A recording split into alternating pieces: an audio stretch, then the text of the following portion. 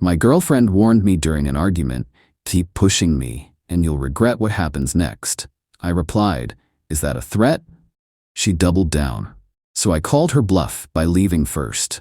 Her panicked voicemails threatening to make me regret it only confirmed I'd made the right choice. I, 31 male, have been with my girlfriend, 28, for about 2.5 years, lived together for the last 14 months in my apartment. Lease is solely in my name because I had the place before we got together. Important detail. Remember it. Things had been rocky for a few months. Nothing catastrophic, just the slow erosion of respect that happens when someone starts taking you for granted. She'd quit her job 8 months ago to find herself and pursue her passion, photography, which she'd actually done maybe twice since then. I'd been covering rent, utilities, groceries, everything. The understanding was this would be temporary, 3 months max, while she figured things out. Yeah, that deadline came and went without discussion. I brought it up a few times, gently at first. "Hey, any luck on the job search?" She'd get defensive immediately. "Why are you pressuring me? I need to find the right opportunity, not just any job." So I backed off. Figured she'd come around eventually. Last Tuesday night, I came home from work exhausted. 10-hour day dealing with a client crisis, traffic was brutal, and I just wanted to eat something and decompress. Walked in to find her on the couch, surrounded by shopping bags from some designer outlet. Multiple bags, tissue paper spilling out.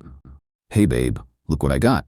She held up a handbag with some interlocking logo I vaguely recognized from Instagram ads, the kind that costs more than my car payment. "How much was that?" "It was on sale. You wouldn't believe the deal I got." "How much?" She rolled her eyes, that dismissive expression I'd grown to hate. "Like $400, but it was originally $650, so I basically saved us money when you think about it." I felt something snap inside me. Not anger exactly, just complete exhaustion. Doneness. 2.5 years of this building to a point I couldn't ignore anymore. "You spent $400 on a purse, while I'm working 60-hour weeks covering your half of everything. While you haven't contributed to rent in 8 months. Here we go again." She threw the bag down dramatically. "You always have to ruin everything good." "I'm not ruining anything.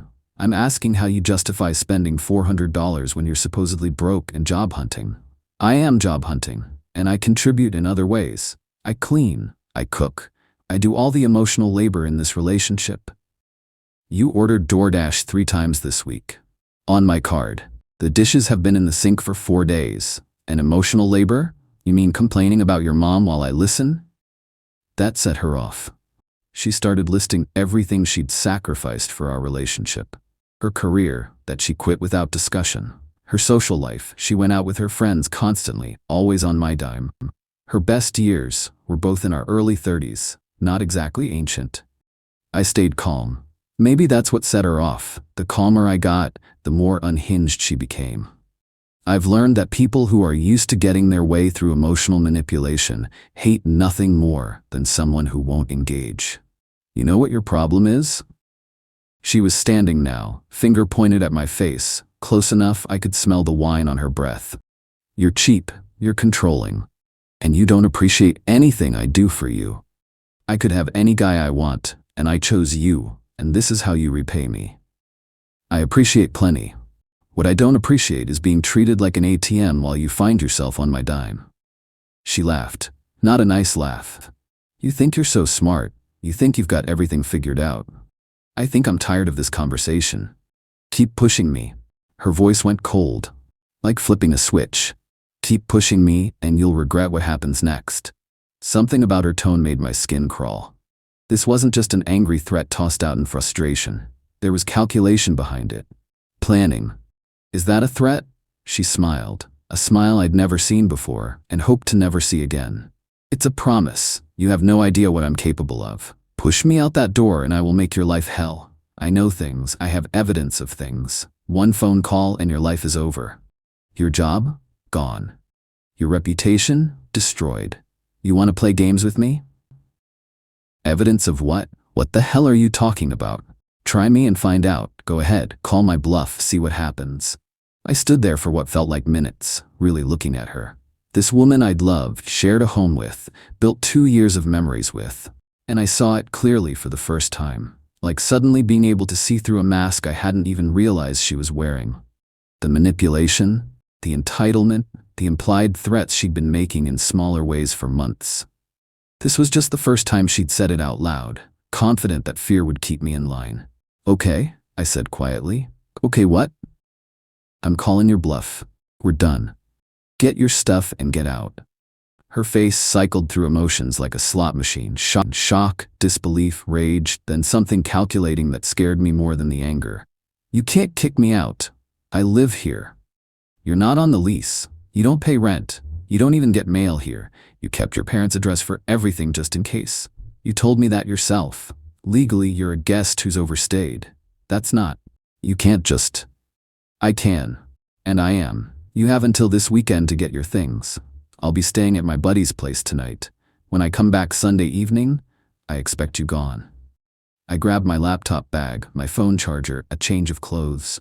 She followed me around the apartment, alternating between tears and rage, her mood swinging wildly every few seconds. "You're making the biggest mistake of your life. You'll come crawling back." "Maybe, but I really don't think so. I will destroy you. You think I'm joking? You think this is a joke?" I stopped at the door, keys in hand. "I think you just showed me exactly who you are. Actually, I should thank you for that. Saved me from wasting more time." Walked out, got in my car, started driving before she could follow me outside. My hands were shaking on the steering wheel, but somewhere underneath the adrenaline, I felt lighter. Like I'd been carrying a weight I'd gotten so used to, I'd forgotten it was there. Called my buddy from the car. "Hey, can I crash at your place for a few days?" Just ended things with her. Long pause. Then, finally, "Yeah man, come over. I'll order pizza and crack some beers. You okay?" "I think so. Yeah, I think I'm actually okay." "Good, because dude, I've been waiting for this call for like a year." He'd never liked her. Tried to tell me once about 6 months in that something felt off about her. I'd gotten defensive, told him he didn't know her like I did. Now I understood. Sometimes the people outside a situation see it clearer than those trapped in it. Update 1, 4 days later. Remember when she said she'd make me regret it? She wasn't kidding about trying. I stayed at my buddy's place through the weekend, giving her space to pack and leave with dignity. Even texted her a civil message. "Let me know when you're out, and I'll coordinate getting any remaining items to you." Mature, reasonable, the high road. She left me on read. Sunday evening, I drove back to my apartment. Her car wasn't in the lot. Good sign, I thought. Opened my door and my stomach dropped. The place looked like a tornado had hit it. But tornadoes don't target specific things with obvious malice. My couch cushions, slashed with a knife, stuffing everywhere. Coffee table flipped, one leg broken. Every single dish in the kitchen smashed on the floor, mixed with food from the fridge she'd thrown around. My 55-inch TV had something thrown at it hard enough to crack the screen in a spiderweb pattern. Completely dead. The bedroom was worse. Red wine poured all over my mattress, my carpet, even the walls. Clothes pulled from my closet and thrown everywhere, some of them cut up. My gaming setup on the desk had been swept onto the floor, and on the bathroom mirror, written in red lipstick, "You did this." I stood in the doorway, taking it all in. Part of me wanted to scream, part of me wanted to cry. But the bigger part, the part that had learned to stay calm when she escalated, just went numb. Then methodical. I pulled out my phone and started recording. Walked through every room, narrating what I was seeing, making sure to capture timestamps. This is Sunday at 6:47 p.m. I'm entering my apartment for the first time since Tuesday night. As you can see, the living room has been vandalized. Documented everything. Then I called the non-emergency police line. I need to report vandalism and property damage. My ex-girlfriend destroyed my apartment after I asked her to move out. Officer arrived about an hour later. Older guy, seen it all type. He walked through taking his own photos, asking questions. "You said ex-girlfriend. How long since the breakup?" 5 days. I gave her until today to get her stuff and leave. "And you've been where?" "At my buddy's place. I have witnesses, timestamps, receipts from food we ordered." He nodded, writing. "Any idea why she'd do this?" "She threatened to make me regret breaking up with her. Said she'd destroy my life. I guess this was step 1. "You have that in writing?" No, but my buddy heard part of it on speakerphone when I called him from my car, and she's left voicemails since then that, well, you should probably hear them. His eyebrows went up. Voicemails? I played him a few. His expression got more serious with each one. Okay, he said when I paused it. I'm going to note in my report that you've expressed concern about potential false accusations. That voicemail where she says she'll tell people you hit her. That's significant. You might want to consider a protective order. Already planning on it. He gave me his card and a case number, said they'd be in contact with her for a statement, though he warned me these cases often came down to he said, she said, without witnesses. That's why I'm documenting everything, I told him. After he left, I called a locksmith. Emergency rate on a Sunday night cost me $280, but by 10 p.m. I had new locks on every door and a chain on the front. Changed the garage code too for good measure. Then I finally sat down and went through my phone. She'd been calling non-stop since Friday. I'd been ignoring it, letting everything go to voicemail, figuring she'd burn herself out. Now I needed to actually listen. Grabbed a beer, hit play on the first one. Friday 8:12 a.m. Crying. Baby, I'm sorry, can we please talk? I didn't mean what I said, please call me back. I love you. Friday 2:45 p.m. Angry. So you're really just going to ignore me? After everything I did for you? Real mature. Scary. You think you can just throw me away like garbage? I gave you everything. You're gonna pay for this. I swear to God, you're gonna regret this. Saturday 2:15 a.m. Unhinged.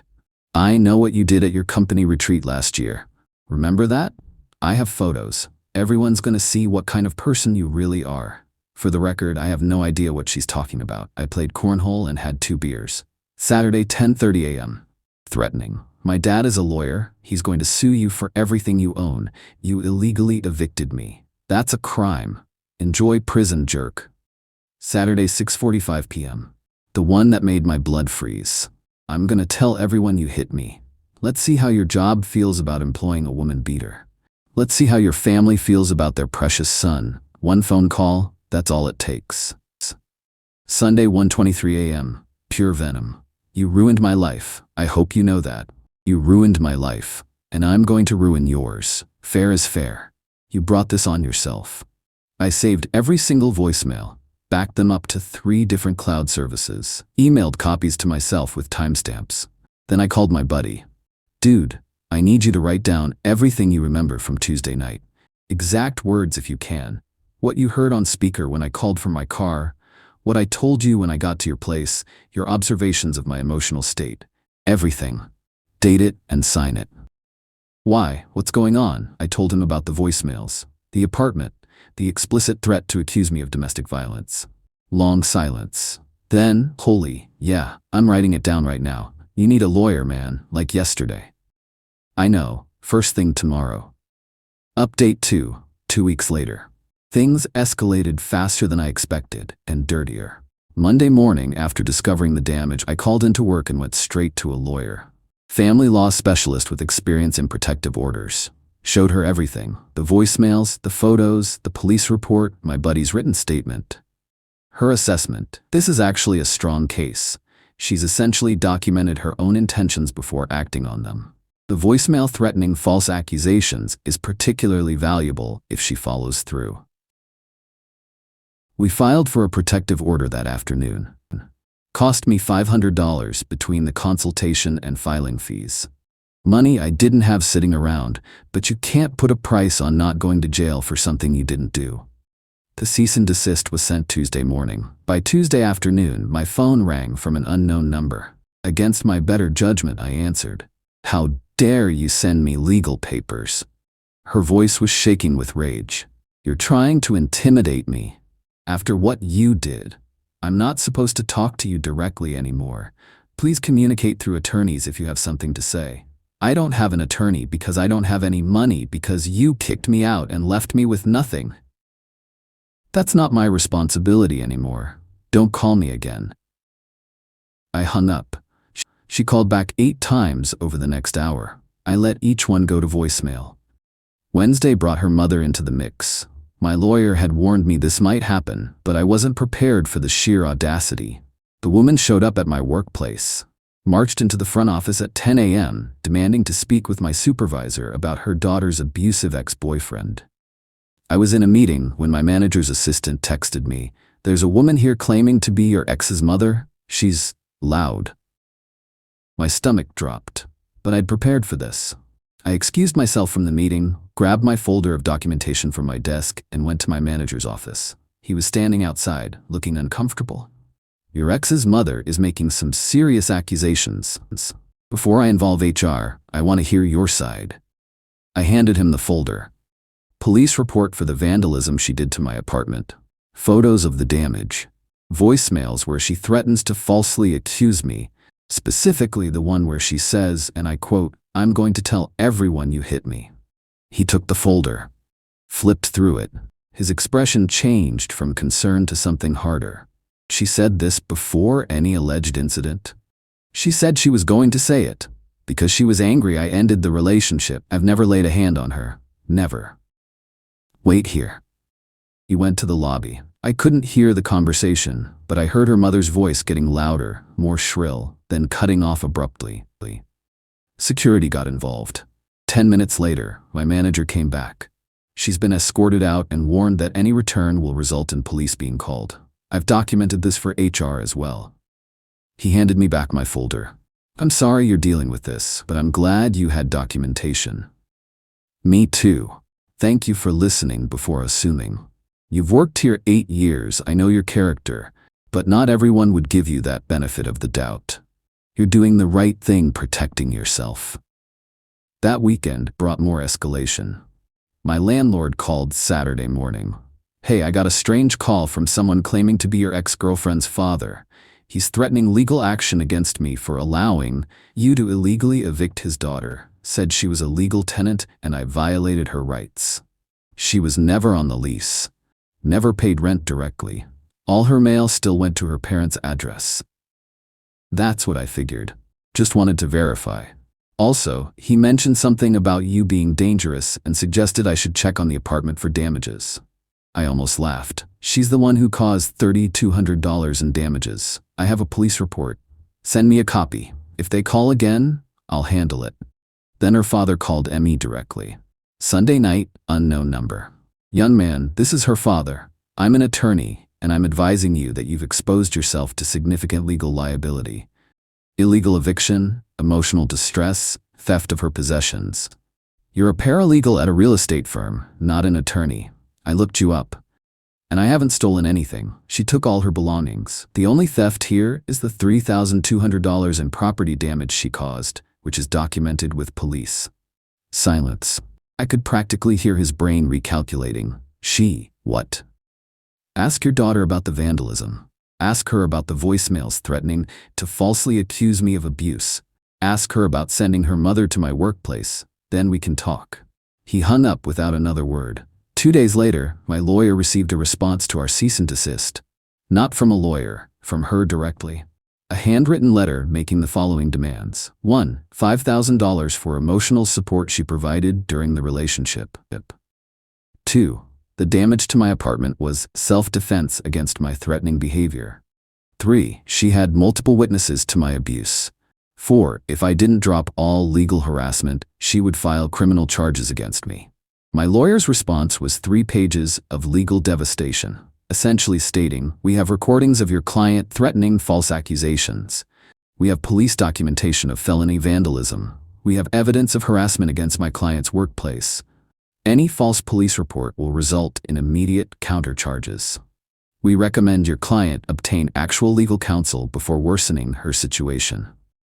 The protective order hearing was scheduled for the following week. Update 3, 1 month later, final. The hearing was everything I'd hoped and dreaded. I showed up with my attorney and a thick folder of evidence. She showed up with her mother as emotional support. No lawyer, no documentation, just a crumpled piece of paper with handwritten notes. The judge went through the formalities, then asked her to respond to the allegations. What followed was 20 minutes of her tearfully explaining how I'd abandoned her, how she'd sacrificed everything for our relationship, how she had nowhere to go and no one to turn to. Classic victim narrative. The judge listened patiently until she finished. then asked simply, "Ma'am, are you addressing the allegations of vandalism and recorded threats?" I was upset. He threw me out with no warning. "Did you destroy property in his apartment?" Long pause. Her mother nudged her. "Some of it," she admitted quietly, "but he deserved." "Did you leave voicemails threatening to make false accusations of physical abuse?" I was emotional. "I didn't actually mean." The recordings suggest premeditation, not emotion. The judge looked at my lawyer. "I've reviewed the submitted evidence. The voicemail from that Saturday clearly states, and I'm quoting directly, 'I'm going to tell everyone you hit me. Let's see how your job feels about employing a woman beater.' Is that accurate?" "Yes, Your Honor. Time-stamped before any alleged incident and before the vandalism was discovered." The judge turned back to her. "Ma'am, did you subsequently contact his employer with accusations?" Her mother tried to interrupt. "She's been through trauma. Ma'am, I'm addressing the respondent. Please do not interrupt again." My ex started crying harder. "I just wanted him to understand what he did to me. I gave him 2.5 years. And in return, you destroyed thousands of dollars of his property, threatened false criminal accusations, and engaged in a harassment campaign targeting his livelihood and housing. Is that your understanding of appropriate response to a breakup?" No answer, just sobbing. The judge granted the protective order, 1 year. No contact of any kind, direct or indirect. No coming within 500 feet of me, my workplace, or my residence. Any violation would result in immediate arrest. Then he added something I hadn't expected. "Based on the evidence presented today, including the respondent's own admissions regarding property damage, I'm forwarding this matter to the district attorney's office for potential felony charges. In this state, property damage exceeding $2,500 qualifies as felony vandalism." She went white. "Felony? No, that's not. It was just stuff. Just stuff that totaled over $3,200 according to the documented receipts. That exceeds the felony threshold." Her mother lost it, started screaming about how this was unfair and I was manipulating the system, and her daughter was the real victim here. The bailiff had to intervene. Outside the courthouse, they cornered me. "I hope you're satisfied." Her mother's face was twisted with hatred. "You've ruined her life. She has no job, no apartment, no money, and now maybe a felony record. Because of you." I looked at her calmly. "Your daughter destroyed my property and threatened to send me to prison for a crime I didn't commit. Everything that's happened to her is a consequence of her own choices." She was hurt. Women lash out when they're hurt. You should have been understanding. Understanding doesn't mean accepting abuse. And if your parenting philosophy is that women should face no consequences for their actions, you failed her. I walked away. She screamed something about karma coming for me. I didn't look back. The DA did pick up the case. She was charged with felony vandalism. After 3 months of legal wrangling, she pleaded down to a misdemeanor with restitution, $1,500 to me, over 18 months, and 2 years probation. Any violation of the protective order during probation would trigger the original felony charge. She'll probably pay half of it before she stops. But it's something. Financially, I'm still in the hole. Insurance covered some damage, but between the deductible, uninsured items, legal fees, and new locks, I'm out about $2,800 that I'll never fully recover. Not nothing. Her family went silent after the hearing. The father who pretended to be a lawyer, the mother who showed up at my job, gone. I heard through mutual friends that they're devastated by her situation and blame me entirely. Classic enablers. My ex is living with her parents now, working part-time at a retail store, telling anyone who'll listen that I destroyed her life over one small argument. In her version, she didn't trash my apartment, she had an emotional moment. She didn't threaten false accusations, she was venting. Her mother didn't harass my workplace, she was concerned about her daughter. Some people believe her, the ones who only hear her side. I can't control that, and I've stopped trying. What I can control is my life, and it's actually better now. The apartment is repaired, slowly rebuilt from the destruction. I got a solid performance review at work. My manager privately noted that he was impressed by how I handled a personal crisis with documentation and professionalism.